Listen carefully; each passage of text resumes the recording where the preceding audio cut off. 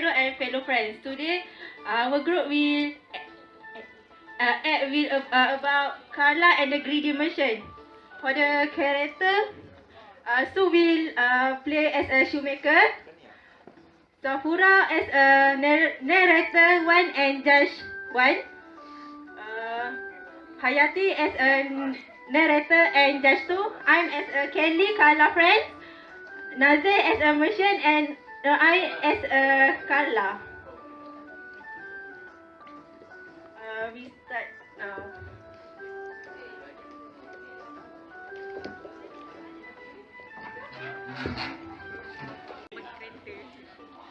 Sicilian city of Palermo, Italy, there once lived a poor shoemaker and his young daughter Carla.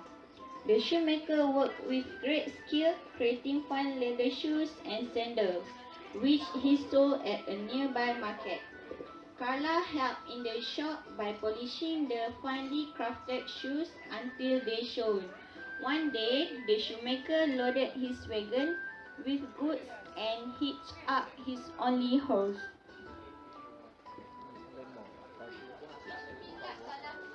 He said,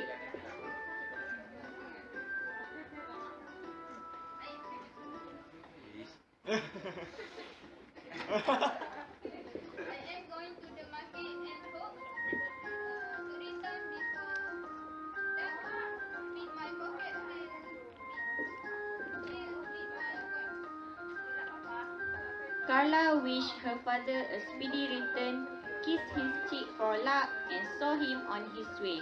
The shoemaker took a road that brought him onto the street filled with stores. As he passed by a shoe store, a wealthy merchant called to him. The shoemaker stopped as the merchant approached.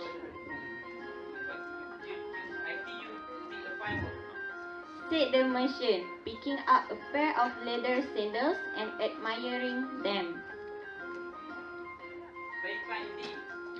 Then he looked at the shoemaker with a sly grin.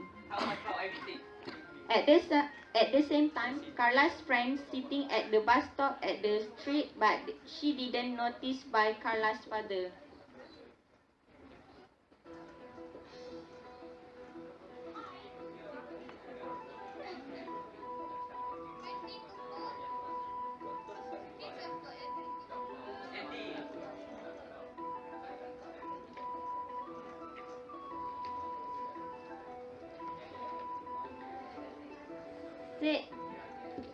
Said the merchant firmly and handed the shoemaker the coins. Then the merchant climbed onto the wagon, seated himself next to the shoemaker, and told him to step down and be on his way. Kelly just listening the conversation between them.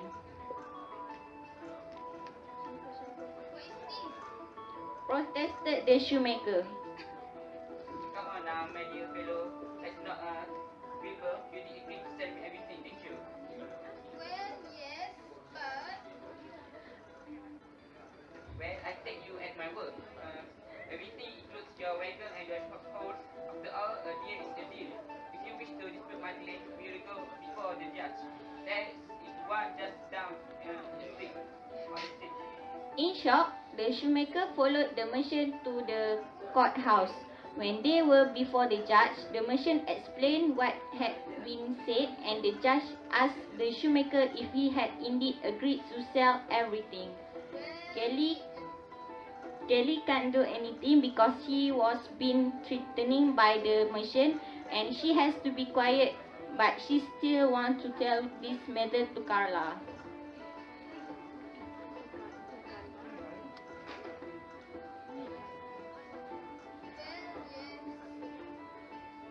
Said the shoemaker.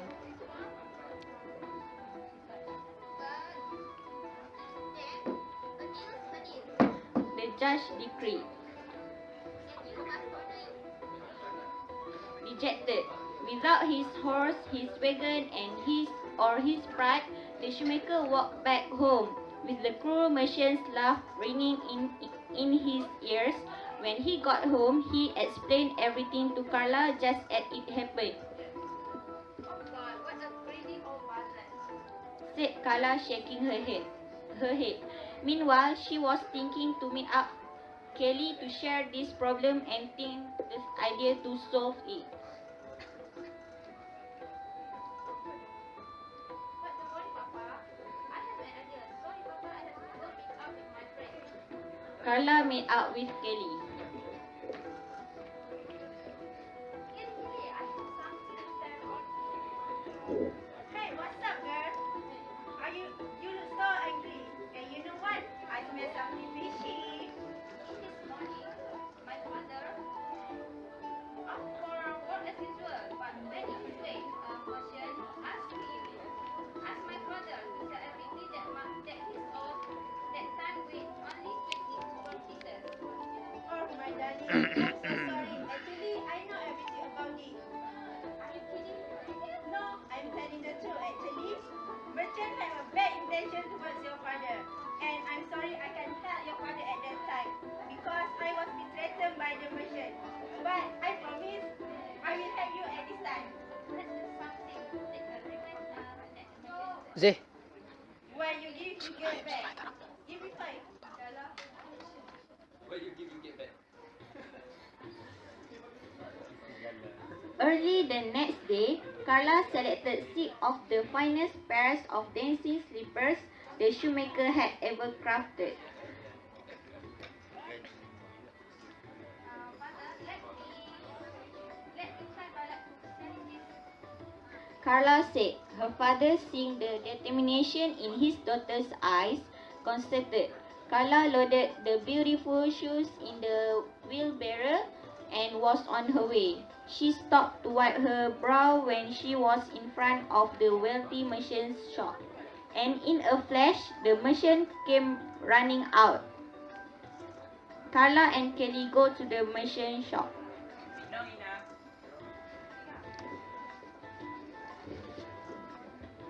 He peered as he approached. Both of you look tired. I can eat your burden. That would be very nice indeed. Well, thank you. Smiled Carla and Kelly. The merchant looked in the wheelbarrow and studied the dancing slippers. How much for everything?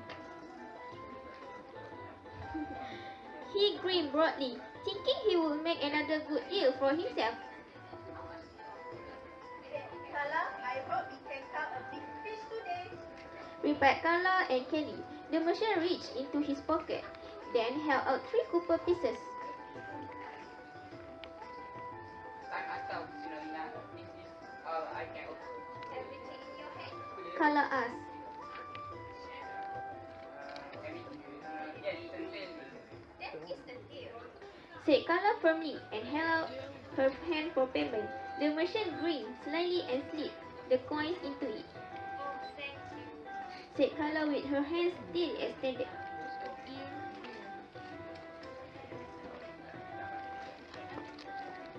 And I see that you have 3 lovely rings.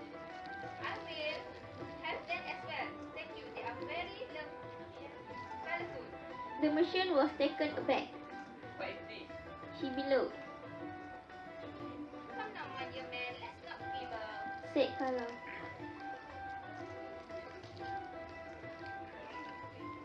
You see agreed to pay me everything to your hand, didn't you?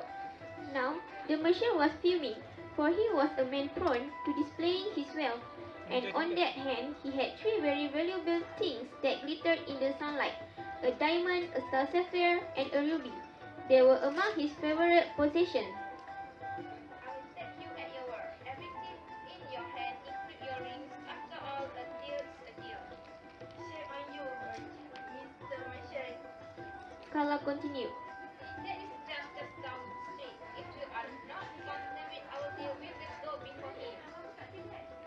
And so they did. The judge listened patiently as Carla explained what had been said. The judge asked the merchant if he had indeed agreed to pay everything in his hand. Well, yes, but The merchant stammered. Then a deal is a deal.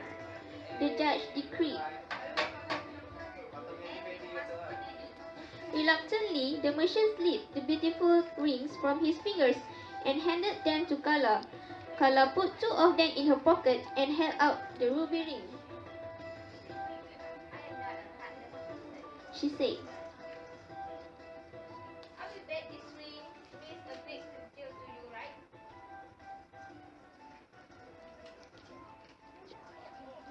Well, yes, it doesn't.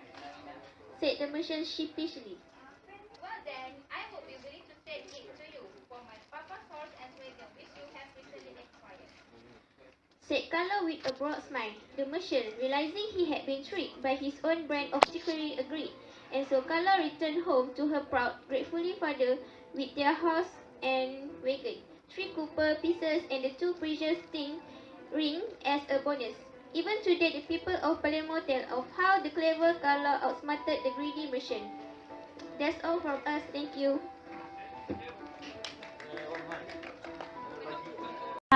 Don't you wish a fairy godmother would suddenly appear to make things right? Well, don't tell your brains. She doesn't do that kind of thing anymore. She's getting on in years, you know. So, if you want some help, she still fixes anything from broken windows to broken hearts. You will have to visit her little cottage in the Bavarian woods and wait your turn, just like everyone else. And when you knock on the door, I will let you in and make you comfortable. I will even serve you a nice cool glass of lemonade. You see, I'm the fairy godmother assistant. My job used to be quite simple, really, until the fairy godmother announced she will be taking a much needed vacation. I was scared stiff. What would I say to people who came for help? I didn't know any magic. I couldn't have turned a pumpkin into a glittering coach if my life depended on it. I remember exactly what she told me as she was leaving. Don't worry. The fairy godmother told me. You are very sensible. I'm sure you find a way to handle whatever comes out. And besides, I've only been gone for a few days. To be honest, I didn't get much sleep that night. I kept wondering how I could possibly fill her shoes. I got up the next morning and went to the kitchen to make a fresh pitcher of lemonade. When I heard a knock on the door, I opened it and found a young woman with a tear-stained face wearing a tattered dress. I explained that the fairy godmother would be gone for a few days and that I was her assistant. But she looked so sad that I invited her in for a glass of lemonade to cheer her up.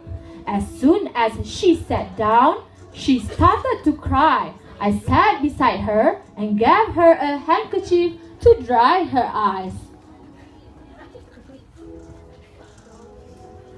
First, what would you yes, then tell me what's betraying you. Okay, my name is Ella, but my stepmother and stepsister call me Cinderella because my apron is always covered with cinder from cleaning the fireplace. They are mean to me and make me clean the house, cook, sew, and run all the day while they have fun. No, I have to make the new gown for the royal ball, but I want to go too. She started to cry again. I could guess where this was leading. I'm very sorry to hear that. I suppose you came to ask the fairy godmother to get into the ball. Is that it? She nodded. I wish I could help you, but I make lemonade, not magic. Ella began to cry again.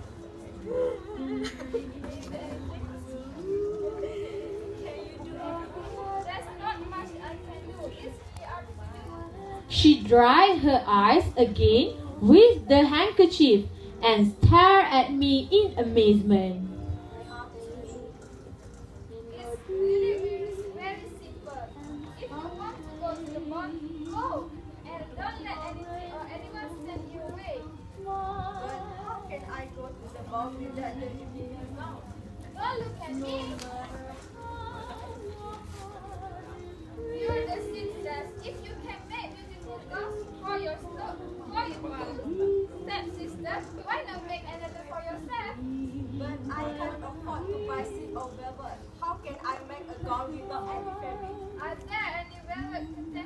our house, our sleep bed sheets. Her worried look slowly turned into a smile. There, sure are. She gushed, but her smile was short-lived. Another question had flashed into her mind. But what about desks and slippers? I don't have any. Then don't wear any. You mean I should go to the royal ball? Barefooted? What choice do you have? At least you want to wear those ugly clothes you're wearing. How am I supposed to go to the ball? She asked. This young woman certainly could think up problems. The royal place is almost a mile from my house. I know Ella wouldn't like my answer. I suppose you just have to walk. A big frown appeared on her face. This wasn't the kind of help she had hoped to get from the fairy godmother. But they never let me in if I don't arrive in a fancy horse-drawn carriage. They may not let you into the market. I don't think there's anyone running the door to kitchen, do you? I guess not. At least I hope not. Ella seemed uncomfortable with my answer. She never done anything so daring before. I wasn't surprised when I heard another bark. But if a prince asks me to dance, what should I? Ask him to be careful not to step on your toes. I joked. Ella laughed so hard. She had to use the handkerchief again. Sensing she was close to deciding in favor of going to the ball, I gave her one more push. What have you got to lose? Nothing. Ella exclaimed, smiling from ear to ear. Nothing at all. She stood up and shook my hand. Thank you for your help. I have to go now. I've got something to do. Before she left, I offered her some final advice. Wait, if you don't want your stepmother and stepsister to know you've been to the ball, be sure to leave by 10 o'clock sharp. That way you'll be back in bed by the time they get home. I was quite pleased with myself for helping Ella, relaxing for a moment with a glass of lemonade. I wonder if the fairy godmother, with all her magic, could have done a better job. I spent a good part of the day congratulating myself and feeling thankful I've gotten through my first visitor without messing up. After dinner, I was surprised by a knock at the door. I opened it up. I discovered a distinguished-looking elderly gentleman. He looked ever so much like the king, as pictured on every postage stamp in Bavaria, except that this man looked older, frailer, and far more worried. He must have been trying to keep his visit a secret. No guards or footmen were with him. I courtesied deeply as soon as I let him in. Enough of that. He blustered. I must see the fairy godmother. I'm sorry, Your Highness. This way, I'll help you. Perhaps. Do you know where she keeps his magic potion? If you tell me which portion you like, I'd be happy to do. Well, actually, I looking for potion to wool another with me too will last forever. I offered the king a comfortable chair, excused myself, and went to the cabinet where the fairy godmother kept her potions. In a short time, I returned with a handful of bottles. I found a portion to keep your breath fresh longer, and one to make your sandal last longer, but I can't find anything to help you last longer, not even for a day. His Royal Highness was definitely not overjoyed by this news. In that case, I wait here till the fairy godmother return. You see, I'm not feeling well, and the the royal doctor have been much used. I'm sorry to hear that, Your Highness. What seems to be the problem? My back, for one thing, is killing me, and I can't sleep at night because of terrible gas pain. Not the machine spilling had my eyes sleep. Growing deep, I never one here. I growing forget. Or I did mention that already. But worst of all, my twin sons are driving me crazy. Instead of that, I am fine, just fine. There was no mistaking his sarcastic tone. I think you must be terribly uncomfortable, Your Highness. But why would you want to live forever? Surely your health will continue to get worse as you grow older. In a few years, you'll be forced to bed. Won't you enjoy living forever in bed? I never thought of it that way. He admits thoughtfully. But at least, if I live it forever, I would have to worry about how to live the kingdom between my son, Prince Sherman and Prince Herman. They're identical twins, you know. Never I can tell them apart. Of you see, no matter how vivid is, one of both of them will be angry with me. But they I mentioned already. He asked absent-mindedly. Your memory serves you well. I answered diplomatically. But I wonder, But I wonder, if the sun's journey is driving you crazy, how will you like it when you have 8 grandchildren arguing over how to divide the kingdom? Or 32 great-grandchildren? Or 128 great-grandchildren? If you're not crazy yet, then should be it. The king appeared lost in thought. come to think of it, He answered.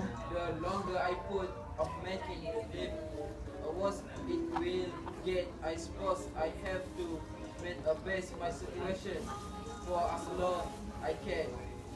You be more helpful than you can imagine. I glad a very good mother was away. With more energy that he displayed since he arrived, he got up from his chair and announced. I must be on my way. He smiled as thought a great burden had been lifted from his back. He headed for the door, opened it, and was almost gone when he turned and said, I want you to forget that I was ever here. Or I mentioned that already. He reached into his pocket and pulled out a bag of gold coins, which he handed me. He didn't see me collapse into the armchair and pull out a handkerchief to wipe my face. This had been a most unusual day, and I was anxious to relax in a tub full of hot water and bubbles. I found an excellent bubble bath in the fairy godmother's potions cabinet. The next morning was uneventful. I slept well and was ready for anything. Then, around noon, anything happened. Who do you think knocked at the fairy godmother's door just as I was starting to think about lunch?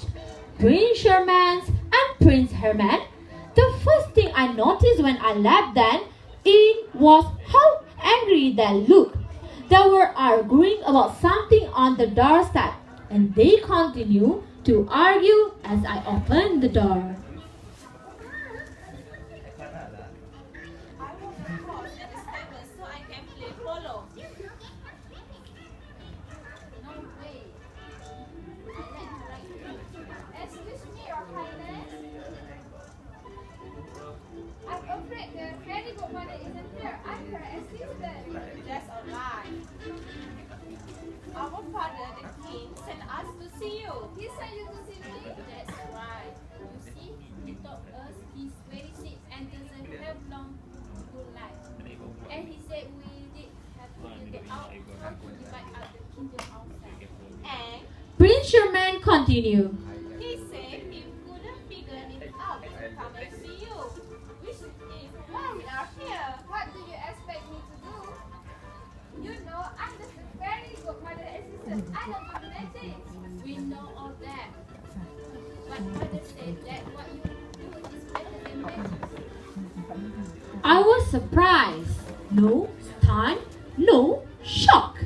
I'm better. I stamped, not knowing what else to say. So we need to light up the kingdom for us. They said in unison. I don't suppose I can refuse a royal command. What do you mean? Asked Prince Sherman suspiciously. You see, if I decide how to divide the royal kingdom, then you both be mad at me because I can't possibly make you both agree. But I do have a few suggestions. Such as? They demanded. I cleared my throat to create some drama. Yes. They asked, waiting for a brilliant pronouncement. Well, you will go through the throne and let your cousin just rule. The twins looked at each other, wondering whether the other would seriously consider such a proposal. Nah. They said simultaneously. Or you could share the throne and rule together. Impossible.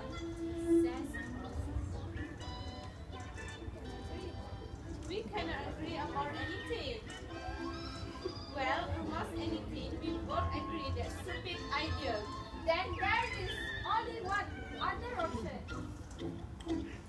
Again, I paused for dramatic effect. Prince Herman, you divide the kingdom as evenly as you can. Prince Herman, you choose which half you want. Prince Sherman looks at Prince Herman. Prince Herman looked at Prince Sherman. They smiled. Then they looked at me, still smiling. They both reached into their pockets, pulled out bags of gold coins, and handed them to me at the same time. Then they walked out the door with their arms on each other's shoulders. They barely made it through the door. I cannot believe it. I said to no one in particular as soon as I collapsed into the armchair again. Thanks goodness there were no more visitors that day. I had all the excitement I could handle. That night over dinner, I wondered whether Ella ever went to the royal ball. The next day, I found out just before noon, she knocked on the front door. She was carrying a satchel and looking tired but happy. I was about to ask, how was the ball? But she started talking before I could say a word.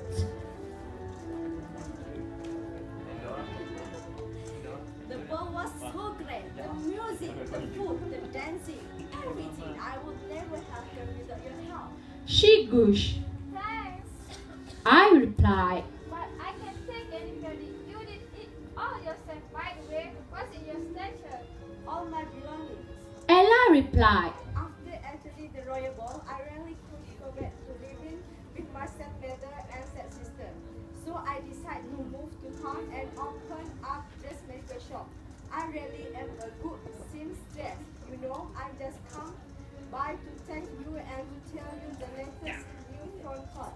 Last night, the king announced he was stepping down from the throne, so he could travel. He turned the throne over to Prince Herman, all except the stable. Apparently, Prince Sherman had decided to devote himself to follow. as she was leaving, I said, I'd like to be your first customer. I'll be in to see you for meeting next week. Thanks. she said, Maybe we can go to the royal ball together next year. I love to. I replied, But next year, before that, we rent a coach for dancing and we go to a dancing slippers too. Ella walked out the door laughing. The fairy godmother returned the next day. She didn't seem surprised when I told her all the things that had occurred while she was away. I told you when I left that you couldn't handle whatever came up. She said, I wonder if those were magic words.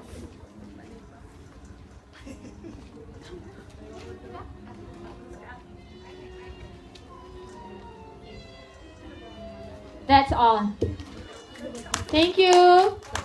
Then about Carla and the greedy machine. So enjoy our performance.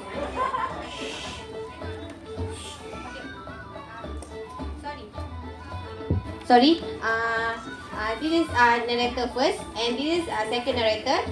This is Dash, and me, Carla. This is shoemaker, and this is a machine, a greedy machine. Okay, thank you.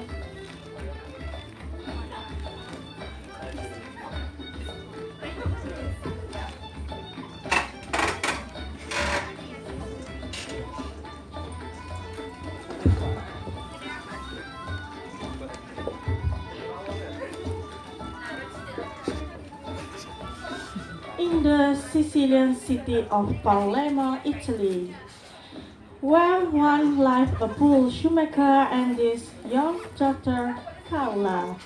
The shoemaker worked with great skill, greeting fine leather shoes and sandals, which is sold a nearby market. Carla helped in the shoes by polishing the finely crafted shoes until they shone. One day, the shoemaker loaded his wagon with goods and reached his only house. He said, I'm going to the market and hope to find out with my pockets will return. Carla wished to father speeding return. Kisses the check of luck and saw him on this way. The shoemaker took the road that wound into the street, Phil store. As he passed by shoe store, a wealthy merchant called him. Hey, wait, my good friend. The shoemaker stopped as the merchant approached.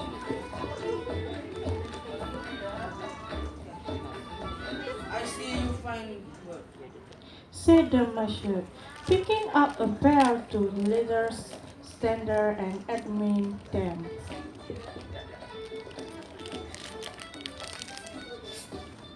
Very fine indeed. Then he looked at the shoemaker with a sly grin. How much for everything?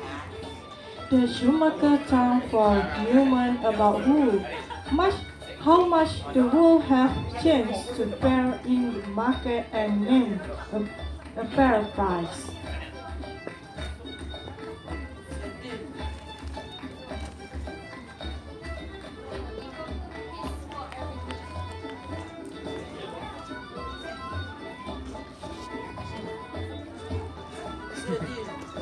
Said the measure friendly and handed the shoemaker the coins. Then the measure climbed onto the wagon, sitting himself next to the shoemaker and told him to step down and be on his way. Protested to shoemaker.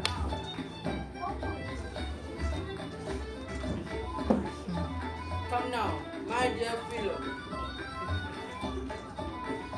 Let's now, Hubert. You didn't agree to sell me everything, did you? Well, yes, but I take your at word. Everything includes your wagon and your clothes. After all, deals and deals. If you wish to dispute my claim, we go before the judge. There is one down the street. In short, the shoemaker followed the measure to the courthouse. When they were before the judge, the measure explained what had been said.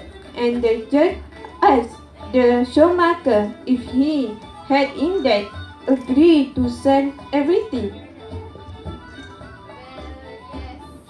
Said the shoemaker. Signorina,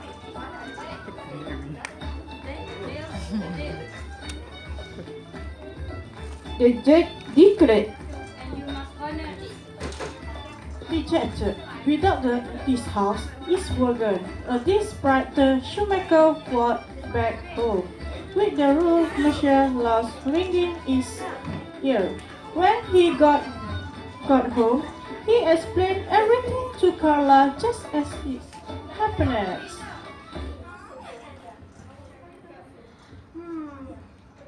What a great old puzzle. Said Carla, shaking her head. Don't worry, Papa. I have an idea. Really, the next day, Carla selected 6 of the 12 pair of dancing slippers the shoemaker had ever crafted. Let me try my luck in selling this, Papa. Carla said. Her father, seeing the determination in his daughter's eyes, consented. Carla loaded the beautiful shoes in a wheelbarrow and was on her way. She stopped to wipe her brow when she was in front of the witty measure shop, and in a flash the measure came running out. Signorina, He poured a hint of tension. I look tired. You look tired. Perhaps I can relieve your burden. That was very nice, indeed. Smiled Clara. The measure looked in the wheelbarrow at the study the dancing slippers. How much for everything? He grinned slowly, thinking he would make other good deal for himself. How much do you offer me?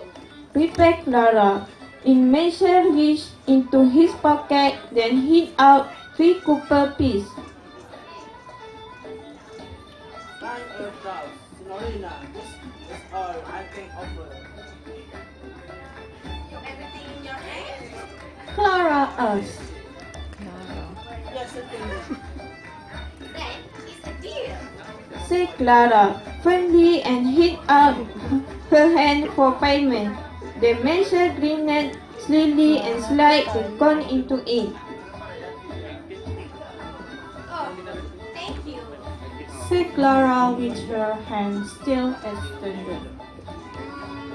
I see that you have 3 lovely rings.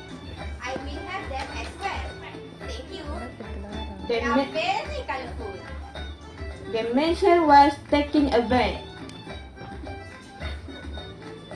What is this? He beloved. Come now, my dear man. Let's not quibble.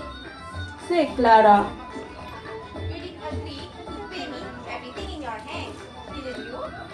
Now, the measure was firming. For there was a man from to displaying this wheel, and on that hand he had 3 very valuable rings and glittered in the sunlight. Diamond, a star sapphire, and a ruby.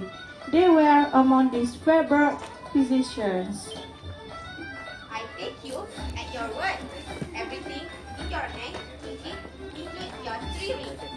After all, a deal's a deal. Clara continued. There is a judge just down the street. If you are not content with our deal, we will work for you. And so they did. The judge listening patiently, and Carla explained that and said, the judge asked to Marshal if had indeed agreed to pay everything in his hand.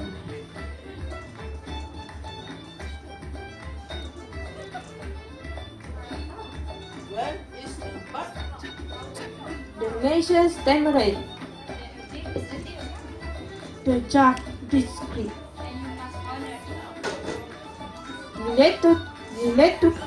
Reluctantly, the measure slipped the beautiful rings for his fingers and handed them to Clara. Clara put two of them in her pocket and held out the ruby ring. I'm not a heartless person. She said, I will bet this ring mean a great deal to you. Hey, yes, it goes Sinora. Said the measure sheepishly. Well then, I would be willing to trade it to you for my papa's horse and wagon, which you have recently acquired. said Clara with a broad smile. The measure, realizing to have been tricked by this or brought to trickery agent. And so Clara returned home to Hillport, grateful what father with their house and wagon, 3 copper price and the 2 princess ring as a bonus.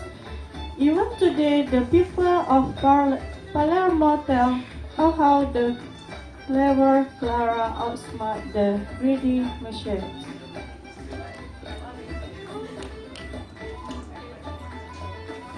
Good morning.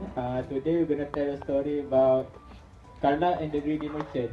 Okay, this is our narrator 1, narrator 2, Anna merchant, Syafwan as judge, Nazrin as Carla, and Kimi as shoemaker. Okay, please enjoy our performance.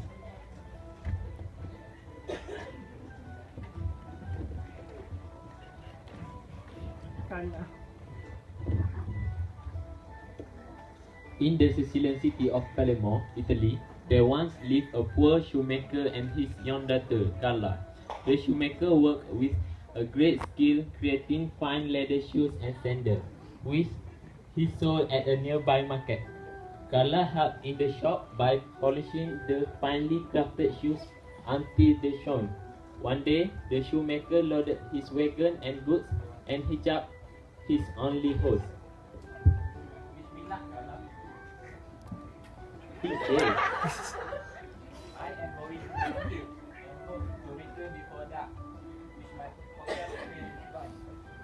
Carla wished her father a speedy return, kissed his cheek, Polak, and saw him on his way. The shoemaker took a road that brought him onto a street filled with stores.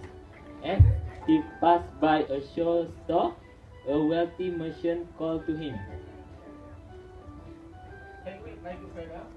I see you make a fine work. Said the merchant, pick up him a pair of leather sandals and admiring them. Very fine indeed.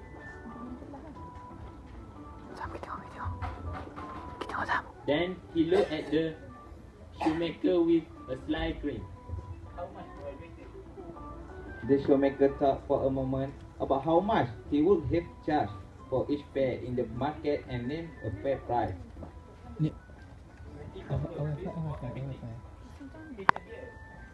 Said the merchant firmly and handed the shoemaker the coin. Then the merchant climbed onto the wagon, seated himself next to the shoemaker and told him to step down and be on his way. What's this? Protested the shoemaker. Now, my dear fellow. That's not people. You agree to tell me everything, didn't you? Well, yes, but I take you at your word. Everything is your wagon and your house. After all, the deal is here. If you wish to depart my way, we will go before the judge. They want down the street. In shock, the shoemaker followed the merchant to the courthouse. When they were before the judge, the merchant explained what had been said, and the judge asked the shoemaker if he had indeed agreed to sell everything. I agreed to sell everything. Well, yes. Said the shoemaker. But hence a deal is deal. The judge decreed. And you must punish. Dejected without his house, his wagon, or his pride, the shoemaker walked back home, with the cruel merchant laugh ringing in his ear. When he got home, he explained everything to Kala, just as it happened.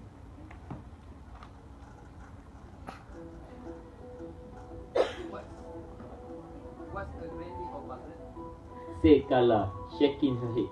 But I do not worry, Papa. I have an idea. Early the next day, Kala selected seat of a finished pair of dancing slippers the shoemaker had ever crafted.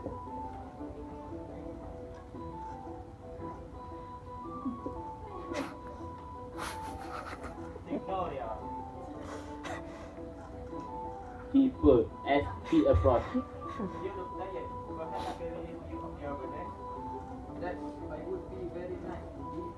Smile Kala, the merchant looked at in the wheelbarrow and studied the dancing slipper. How much for everything? He grinned broadly, thinking he would make another good deal for himself. How much do you offer me? Replied Kala. The merchant reached into his pocket, then held out 3 copper pieces. Time I tell Gloria, this all I can offer. Everything in your hand. Kala asked. Yes, certainly.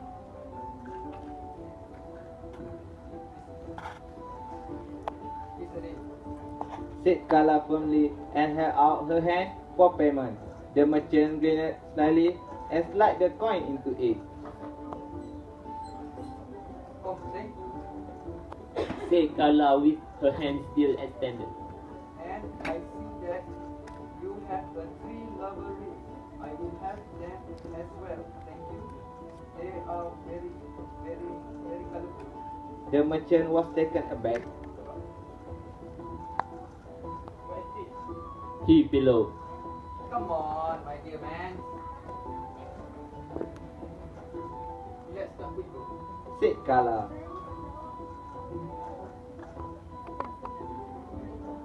You did agree to pay me everything in your hand, did not you?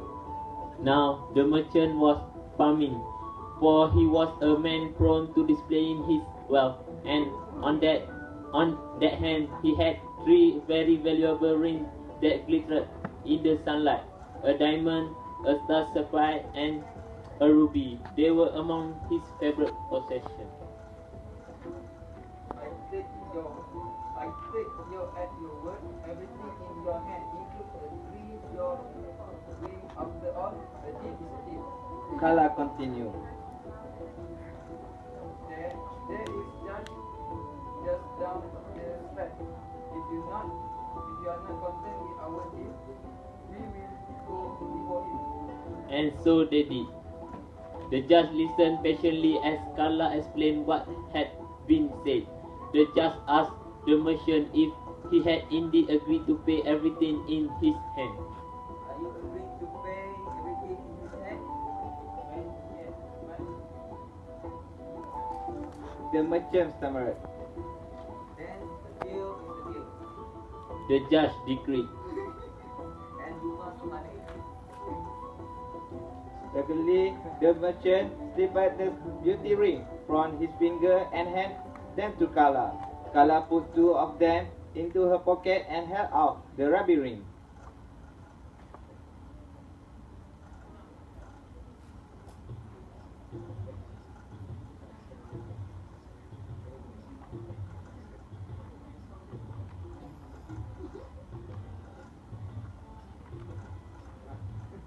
I am not a heartless person.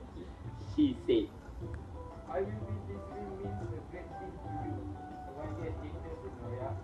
Said the merchant speechlessly. Well, then I would be willing to trade into your for my papa house and wagon, which you have recently acquired. Said Kala with a broad smile. The merchant, realizing he had been tricked by his own brand of trickery, agreed. And so Kala returned home to her proud, grateful father with their horse and wagon, 3 copper pieces, and the 2 precious rings as a bonus. Even today, the people of Palermo tell of how the clever Carla outsmarted the greedy merchant. That's all from me. Thank you. That's all from us. Thank you.